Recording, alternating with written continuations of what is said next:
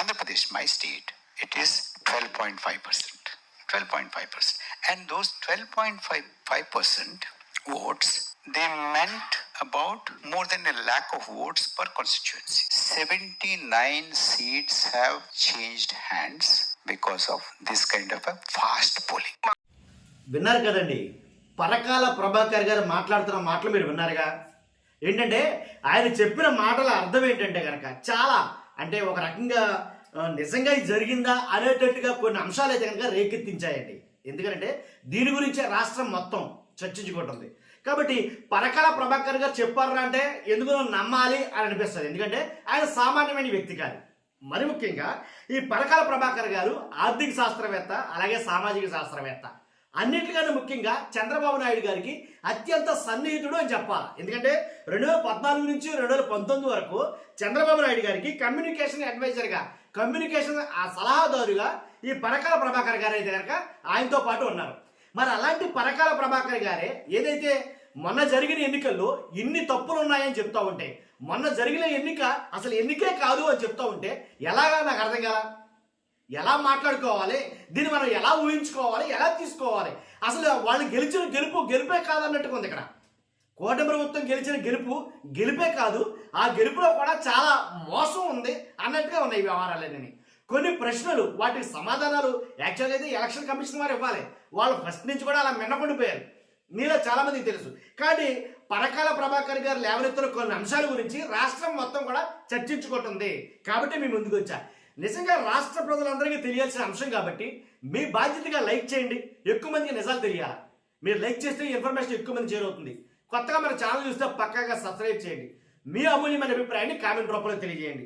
ఒక్కసారి పరకాల ప్రభాకర్ గారు ఏ అంశాల మీద లేవనెత్తారనేది చూద్దాం ఒకసారి. ఏంటంటే పోలింగ్ రోజు సాయంత్రం 5 గంటలకు పోలైన ఓటింగ్ శాతం ఎంత అంటే 68.4%. సాయంత్రం 8 గంటలకు పోలైన ఓటింగ్ శాతం ఎంత? 8 గంటలకి 68.12%. రాత్రి 11 గంటల 45 నిమిషాలకి 76.50%. విన్నారా? 4 రోజుల తర్వాత ఈసీ ప్రకటించిన ఓట్లు 80.66%. అంటే పోలింగ్ రోజు ప్రకటించిన దానికి 4 రోజుల తర్వాత ప్రకటించిన దానికి 12.5% తేడా ఉంది. అంటే 52 లక్షల ఓట్లు పెరిగాయి. అంటే ఒక్కో నియోజకవర్గానికి 30,000 ఓట్లు పెరిగాయి. ఇవి ఎలా పెరిగాయి? మామూలు ప్రశ్న కాదు ఇది. తీగలు తెగిపోతాయి అనమాట ఆలోచిస్తే. ఏంటో ఎలా జరిగింది ఇది అని చెప్పేసి. కాబట్టి ఇంకోటి ఏంటంటే ఇంకో అంశం కూడా ఉంటుంది దీని గురించి. ఎలా అంటే ద వైర్ ఏదైతే ఉందో ద వైర్ అనే పత్రికకి ఈ పరకాల ప్రభాకర్ గారు ఒక వ్యాసం రాశారు. ఆ వ్యాసంలో లేవనెత్తిన అంశాలు ఒక్కొక్కటి బుల్లెట్లలాగా గుచ్చుకుంటాయి. కోట ప్రభుత్వం కావచ్చు, ఎలక్షన్ కమిషన్ కావచ్చు. ఏంట్రా ఇది అని చెప్పేసి. ఎందుకంటానంటే ఆయన చెప్పింది కూడా ఇదే.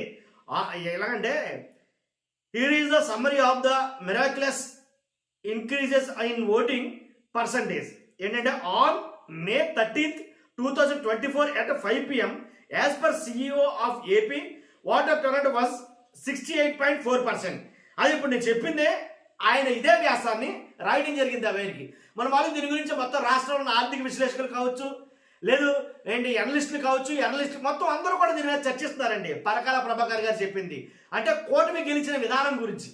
వైఎస్ఆర్సీపీ ఎలా ఓడిపోయింది, అసలు ఓడిపోయిందా లేదా, ఈ రకంగా చూస్తే అసలు గెలిపేనా అనే ప్రశ్నలు తలెత్తుతున్నాయి. నిజంగానే ఎలా అంటే ఒకటండి 2024 ఏపీ ఎన్నికల మీద అనుమానాలు వస్తాయి. ఈ మాటలన్నీ వింటే కనుక అర్ధరాత్రి కేవలం 2 గంటల సమయంలో అర్ధరాత్రి 2ంటికి మొత్తానికి ఎంతమంది ఓట్లేసారు తెలుసా? అర్ధరాత్రి 2ంటికి 17,19,482 ఓట్లు పోలయ్యాయంట. అర్థమైందా? మే 13వ తారీఖు జరిగింది. కాబట్టి అంటే 8 గంటల్లో నమోదు అవ్వాల్సిన ఓట్లు కేవలం 2 గంటల్లో 8 గంటల్లో నమోదు అవ్వాల్సిన ఓట్లు కేవలం 2 గంటల్లో నమోదయ్యాయి అనేది మాట్లాడుతున్నారు. ఇక్కడ మీకు వీడియో పెట్టాలి. ఎలాగంటే వైఎస్ఆర్సీపీ అధికారి ప్రతినిధి కొండ రాజీవ్ గారు సంథింగ్ ఆయన మాట్లాడిన కొన్ని మాటలు, ఆ మాటలు నేను మీకు పెడతాను, ఒకసారి చూడండి. తర్వాత మళ్ళీ దీని గురించి మనం డిస్కస్ చేసుకుందాం. వీడియో లెంత్ అయినా కంగారు పడొద్దు, నిజాలు తెలియాలి కదా, ఓపికగా చూడండి. ఫస్ట్ కనుక ఆ వీడియో చూడని చెప్తాను. వచ్చిన 40% ఏంటి, అర్ధరాత్రి 15 లక్షల ఓట్లు తారుమారా. ఎలాగ సార్ మీరు నిమిషానికి 3 ఓట్లు అంటున్నారు కదండి, ప్రజలకు అర్థం అవడానికి ఇంకా దాన్ని చూస్తే 20 సెకండ్లకు ఒక ఓటు వేసేటండి అకార్డింగ్ టు ఈసీ. ఏంటి పోలింగ్ బూత్ లో నడ్డానికి 20 సెకండ్లు అవుతుంది సార్. లైన్ లో నిలబడాలా, సంతకం పెట్టాలా, పైగా అప్పుడు 2 ఓట్లు వేయాలి, పార్లమెంట్ 2 ఓట్లు. ఎస్, ఇక్కడ మనిషి అనేవాడు వాస్తవంగా ఓటర్ ఐడి కార్డు పట్టుకుని ఈసీ చెప్పినటువంటి రూల్స్ ప్రకారం ఎన్ని ఓట్లు వేయాలంటే అది అసాధ్యం. పడుతుంది 20 సెకండ్లకు 2 ఓట్లు పడతాయి. ఎలా పడితే ఓటు వేసినప్పుడు కాదు, ఓటు గుద్దుకున్నప్పుడు పడుతుంది. నిజమే, ఆ రకాల బటన్ టపా టపా టపా టపా నొక్కించుకుంటే బ్రహ్మాండంగా పడుతుంది. ఎందుకు ఓ బటన్ నొక్కడానికి మనకి ఎంతసేపు పడుతుంది సార్? అదే విన్నాం కదా, వైఎస్ఆర్సీపీ వాళ్ళకి వచ్చినా లేదా పరకాల ప్రభాకర్ గారికి వచ్చినా ప్రొఫెసర్ నాగేశ్వరరావు గారు కొన్ని వ్యాఖ్యలు చేశారు. ప్రొఫెసర్ నాగేశ్వరరావు గారు దీని మీద కొన్ని వ్యాఖ్యలు చేశారు. ఆయన మాటలు విన్నా సరే, ఎవరి మాటలు విన్నా కొన్ని అనుమానాలు అయితే కనుక అవి నివృత్తే కావట్లా. అన్ని అనుమానాలు ఉన్నాయి గెలిచిన గెలుపు మీద. ఇప్పుడు ఒకటంటే గెలిచిన సంతోషంగా ఉంటాడు, ఓడిపోయినాడు బాధగా ఉంటాడు, ఓడిపోయినాడు 1,00,000 కారణాలు చెప్తాడు, అది వేరే అంశం. అంటే రాజకీయ నాయకుల గురించి మనం మాట్లాడద్దు. కానీ ఇక్కడ ఒక ఆర్థికవేత్త, సామాజికవేత్త, ఏంటి అసలు చంద్రబాబు నాయుడు గారికి అత్యంత సన్నిహితుడు, ఆయన లేవనెత్తినటువంటి ప్రశ్నలు, కొన్ని అనుమానాలు, ఆయన లేవనెత్తిన అనుమానాలు, వీటికి సమాధానాలు ఎవరిస్తారో మన దగ్గర లేవు. ఏంటి ఎలక్షన్ కమిషన్ ఇవ్వదు, కూటమి ప్రభుత్వం దీని గురించి అసలు మాట్లాడదు. మరి ఏంటి పరిస్థితి? ఎలాగా గెలుపుని ఎలాగా కన్ఫర్మ్ చేసి సీలేస్తాం మనం? కాబట్టి ఇంకోటి ఏంటంటే, సాయంత్రం 6 గంటల తర్వాత క్లియర్గా అబ్జర్వ్ చేయండి, సాయంత్రం 6 గంటల తర్వాత 51 లక్షల ఓట్లు ఎలా పోలైపోయాయి. సాయంకాలం 6 గంటలకు మ్యాక్సిమం చాలా మటుకు క్లోజ్ అయిపోతుంది. మా ఉంటే ఇంకో 10% 20% మిగులుతుంది. సాయంత్రం 6 గంటల తర్వాత 51 లక్షల ఓట్లు పోలయ్యాయి, ఇంచుమించుగా అర్ధరాత్రి 2 వరకట.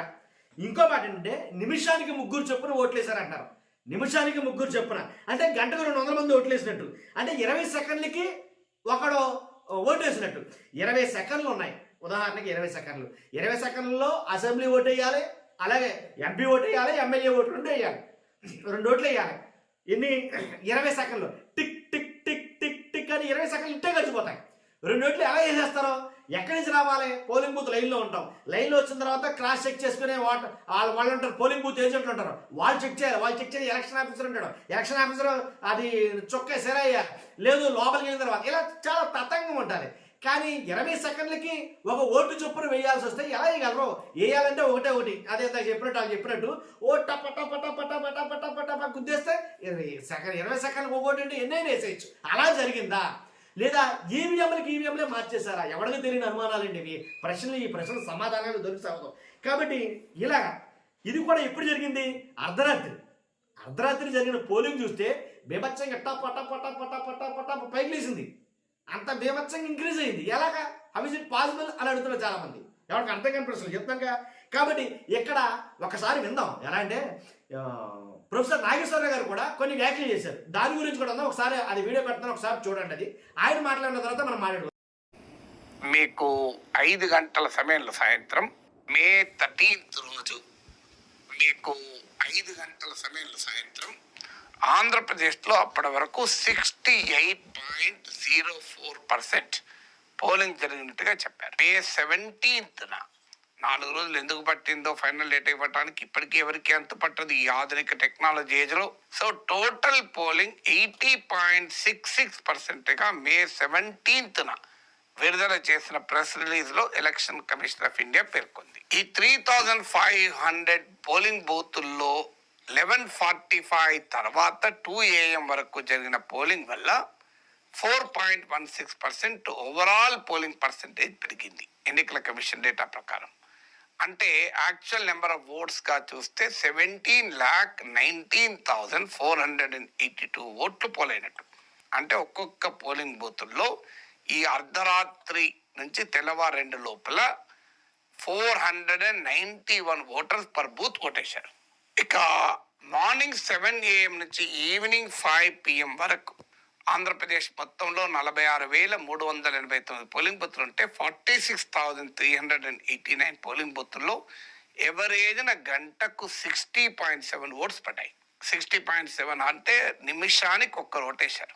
కానీ మిడ్ నైట్ 11:45 నుంచి 2 AM మధ్యలో ఎంతమంది ఓటేశారు? 2 hours and 15 minutes 491 ఓటేశారు. 2 hours 15 minutes 491 అంటే more than 200 oats per powerful అయినాయి. అంటే నిమిషానికి 3 కన్నా ఎక్కువ ఓట్లు వేస్తూ పోయారు. సో అంతకు ముందు 46,389 బూతుల్లో ఎవరేజ్న గంటకు 60 మంది ఓటేస్తే 60.7, ఇక్కడ గంటకు 200 అబౌవ్ ఓటేశారు ఈ 3500 బూత్లో. సో నిమిషానికి 3 పైన ఎలా ఓటేయగలిగారు? విన్నాం కదా. ఇప్పుడు ఒకటంటే 3500 పోలింగ్ బూతులలో ఇంచుమించుగా అర్ధరాత్రి దాటినారు. అంటే 11:45 నుంచి 11:45 నుంచి 2 గంటల వరకు ఈ పీరియడ్ ఏదైతే ఉందో 11:45 నుంచి 2 గంటల వరకు ఈ టైంలో 3500 పోలింగ్ బూతుల్లో 17,19,482 ఓట్లు పడ్డాయి. అర్థమైంది మీకు?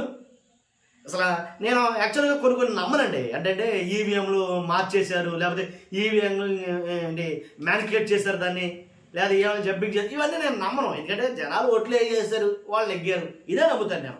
అంటే ఈవీఎంలు మేనేజ్ చేశారు, ఇవన్నీ నేను నమ్మను. ఎందుకంటే టెక్నికల్గా చాలా మటుకు అది కరెక్ట్ కాదని నా అభిప్రాయం.